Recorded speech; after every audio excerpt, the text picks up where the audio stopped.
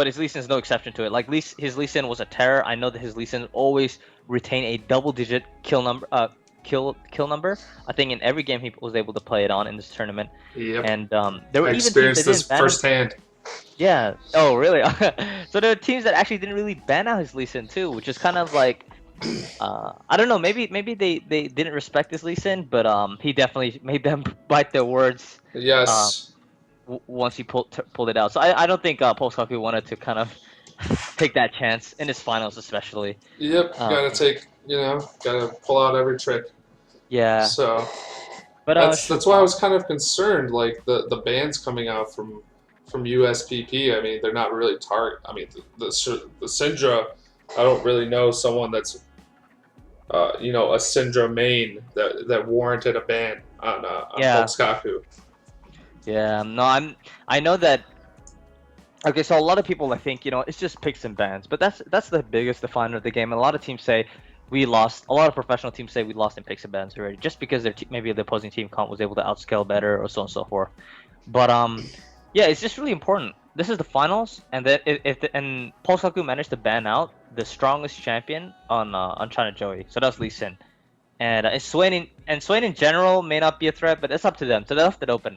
Whereas they didn't ban out like Vi, and I know from history that they've been screwed up from Vi. So I don't know. Maybe they've been working together. Maybe they found ways to kind of work against it. So we'll be able to see that in this game, hopefully.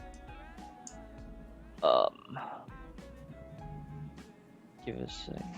Okay.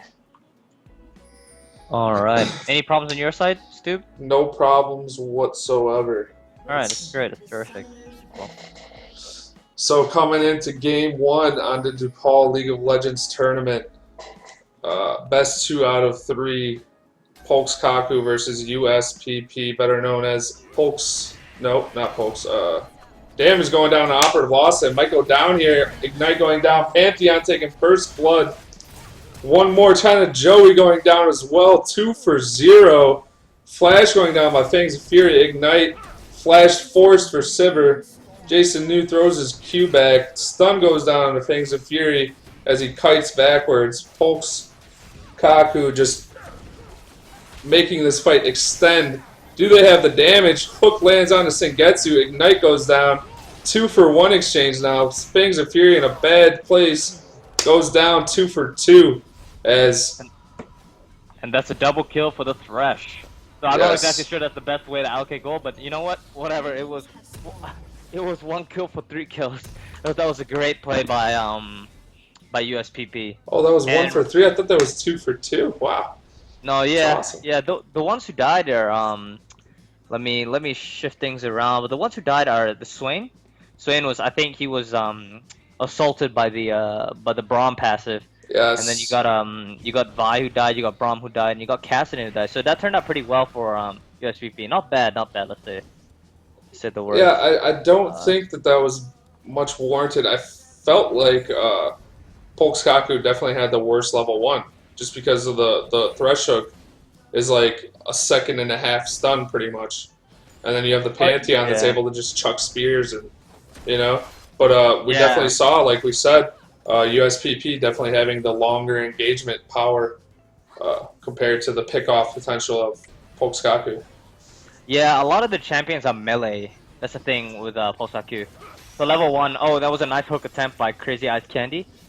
No catch from that, but that's no problem. But yeah, like we were talking about, the level 1s from USPP and USPP's got range over Polxkaku actually, so that gives them the advantage. But coming right off the bat, we have Jacob a jungle invade. Oh, stun lands on the Sengetsu. Yep. Oh. What, might this be a double kill? That's a double kill for the Pantheon. Oh, there's another fight going at bot lane too. Flash coming down from Crazy Eyes Candy. Fangs of Fury just going hammy bones, trying to force out this Jacob. Is that Jacob? Sivir, whatever.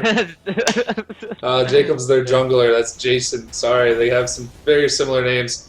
Harassment going down onto that Polxkaku top laner, Iruru. I feel like this mid lane matchup. By the way, Chris, do you want to do fights or should I? No, no, you can go ahead do fights. I'm actually kind of. I noticed that I'm kind of sloppy at them. So go ahead and for it. I'll just like small ones. I might like say Oh, something. okay, no problem. Yeah, I was just oh. concerned because I felt like, oh well. No, Let's go no, yeah, back. it's fine. Yeah. This So, mid lane matchup, definitely pre-6 is going to go into favor of Swain. Swain's going to be able to push him in and just hopefully if Cassidy can farm under his tower and keep up and farm at least to some degree, and then start getting ganks off. That's their whole team basis is getting ganks off and getting those picks. So 1 to 5 start, not the greatest, but we do see a lot of hyper carry potential coming off of Polxkaku. yep. Looking at the bot lane though, we're seeing the matchup of Braum and Lucian. Braum and Lucian are notorious for being a perfect synergy, just purely because of both of their passives. Yes. Lucian double shot and the Braum passive, so that procs it. Whereas you got Sivir and Thresh. Now this is more of like I can play play passive and play aggressive in terms of long range. So it's a relatively safe bot lane, especially considering that should do well against considering the aggression from Lucian and Braum.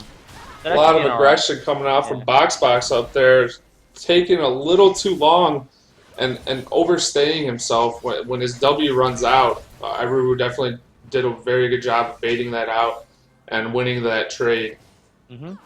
Yeah. I like to also focus on the junglers actually in this scenario. We're looking at a Vi with 0-2-1 right now and the Pantheon with 3-0-2. Now we all know that Pantheon is a early to mid game kind of like monster, alright? Monster. So, yeah. So he's scary as hell right now, and he's literally fed. But like the problem with him is that he falls off at a certain point, and Vi's gonna take reign of the kingdom at that point. So yes, I feel like Vi is being extremely efficient right now in his jungling pattern, whereas where we're gonna see a gank coming down here, Jacob in the top lane, Pantheon. Damage going out to Sengetsu, but that's not what we're trying to see. Oh, a game coming in from Vi. Vi flash Qs. Sengetsu gets the kill from his Ignite. Iruru going to go down in the top lane. Box taking that kill. 2-6 right now. 1-for-1 trade across the board. That was beautiful. And I think one of the important keys for Polxkaku to reign victorious in this game is shutting down that Swain. That Swain is scary. Yeah, definitely. Yeah. And I feel like he's extremely easy to gank, especially early. And now that they got his flash down, we're going to definitely see Vi hanging around the mid lane, trying to get those ganks off even more, and just feeding that Cassidy. Because Swain really doesn't have anything to get away from the Vi and Cassidy. So. Yep. There's a bit of CSing down at bot lane. I think maybe Vi might enter for a gank. She's close to 6 too, so we can almost expect an incoming gank or not. Yes, but knowing this Vi, he's gonna go for his buffs first, and then he's gonna come down. Knowing this Vi, what are you trying to say? I don't know, man. I don't know. But a little bit of harassment here from China Joy. China Joy actually achieving level 6 first. Ahead of the Cassidy. So yeah, and Cassidy's level 6 is something to really look out for. He's how should I say it? He's gonna jump all over the place like at that point, and especially when he roams, it's gonna be really scary. So USPP's gotta make sure they got those wards planted down to prevent that kind of roaming from Cassidy.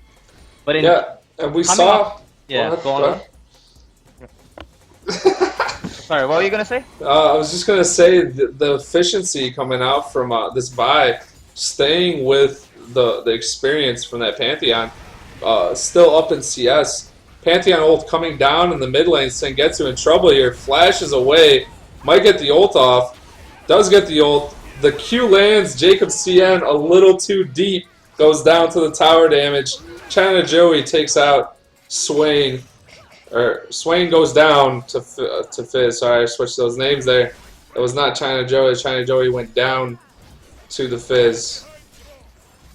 Yeah, and if we're looking at the map right now, and coming off just about a talk about what I mentioned about warding, you can see that Polxkaku has gotten more map control than USPP, despite USPP's lead.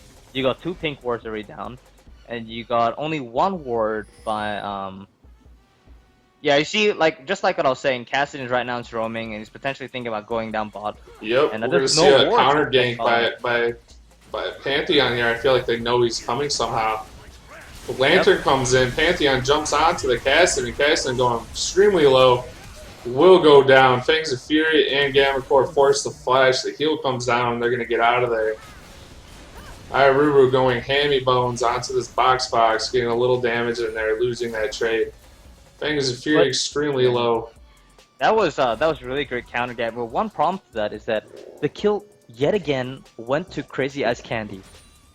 He's gotten 3 kills, and granted, it's fine if a support gets like, let's say, you know, a kill here and there. But right now, they've got what close to half of the kills of what USPP's the USPP's team overall has.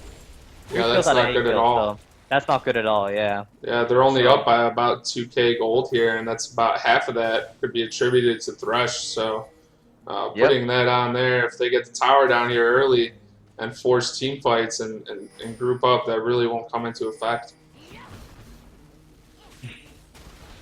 Yeah. So looking at the matchup with Fizz and Shyvana, who do you think should actually win in this matchup?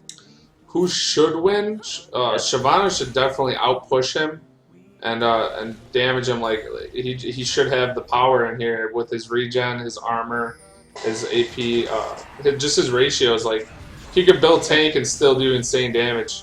Yeah. And, so in general, you think he should be out-resource the Fizz no matter what? Yes. Yeah. I've played against Shyvanas, and they're not fun to play against. It's just ridiculous. I know what you're talking about. And Swain having the blue buff in mid lane. 10 minutes in. The ultimate coming down. Sengetsu goes a little too hammy. Ignite going down a little too long for China Joey to stick around. Ultimate goes down from Operative Lawson. The Lantern will pull him away, and down goes Pantheon. Or is that Vi? Vi went down. Wow, I thought Polxkaku came and saved. Man, oh man. Yeah. What a great play. Yes. You watch, China Joey just lingered a bit. You know what? I know you want to ulti me, but I know my team's coming. There's no worry about that. That was a great play, forcing the dragon here. Yep.